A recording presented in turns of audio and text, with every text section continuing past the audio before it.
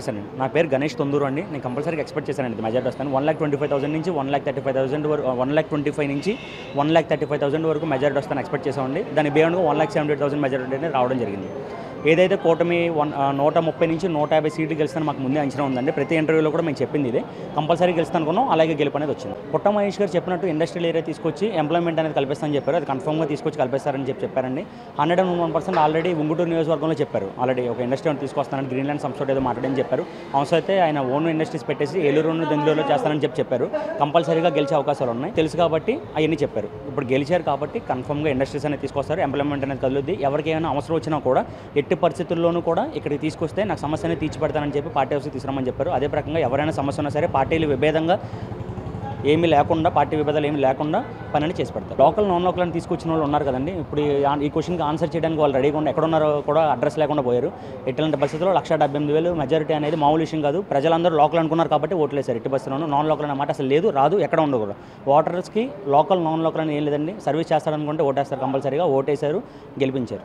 నా పేరు నాయుడు రామకృష్ణారావు గౌడ్, టీ నరసాపురం మండలం తెలుగుదేశం పార్టీ అధ్యక్షుడిని నేను. ఏలూరు జిల్లా పోలవరం నియోజకవర్గంలో ఉన్నటువంటి టీ నరసాపురం మండలం మాది. మేము ఇక్కడ ఈరోజు మన ఆంధ్ర రాష్ట్రంలో ఒక అద్భుతమైన కనీవిని ఎరగని తెలుగుదేశం పార్టీ నాయకులు కూడా ఊహించినటువంటి ఫలితాన్ని ఆంధ్ర రాష్ట్ర ప్రజలు తెలుగుదేశం పార్టీకి అభ్యర్థులు, ఎంపీ అభ్యర్థులకి, అసెంబ్లీ అభ్యర్థులకి ఇచ్చి తిరుగులేని నాయకులుగా తీర్చిదిద్ది ఇవాళ అసెంబ్లీకి, పార్లమెంటుకు పంపిస్తున్న శుభ సందర్భంలో మా పుట్ట మహేష్ యాదవ్ గారిని కలవటానికని, వారి శుభాభినందనలు తెలియజేయడానికని ఇక్కడ రావడం జరిగింది.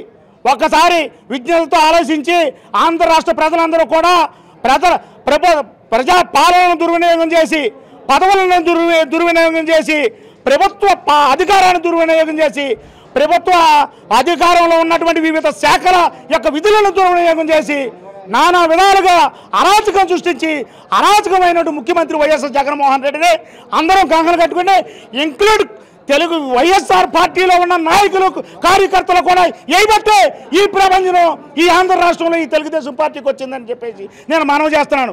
వాళ్ళకు కూడా చిచ్చి ఇటువంటి రోత నాయకుడు ఏంటి, చిచ్చి ఇటువంటి దరిద్ర నాయకుడు ఏంటి, అమరావతి లేని ఆంధ్ర రాష్ట్రం ఏంటి, రాజధాని లేని ఆంధ్ర రాష్ట్రం ఏంటి, అన్నా క్యాంటీన్ లేని పట్టణాలు ఏంటి, మరి పరిశ్రమలు పారిపోతున్నటువంటి ఆంధ్ర రాష్ట్రం ఏంటి అని అనేక రకాలుగా ఆలోచించి మన రాష్ట్రం బాగుపడాలంటే, మన అభ్యున్నతి రావాలి అంటే, మన ప్రగతి అభివృద్ధి చెందాలంటే రాష్ట్రంలో ఒక చంద్రబాబు నాయుడు గారు తప్ప ఏరే మార్గం, ఏరే దిక్కు ఈ రాష్ట్రానికి లేదని చెప్పేసి మన అందరూ కూడా వైసీపీ నాయకులతో సహా, వైసీపీ కార్యకర్తలతో సహా ఓటేసి గెలిపిస్తే ఈ తెలుగుదేశం పార్టీకి ప్రపంచం వచ్చింది.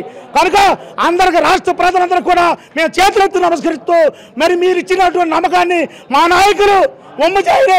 మరి ఏవైతే వాగ్దానాలు ఇచ్చారో 100కి 200% వారు అమలుపరుస్తారని చెప్పేసి ఈ సందర్భం తెలియజేస్తూ నేను ముగిస్తున్నాను. జై. For more videos like this, subscribe Big TV channel.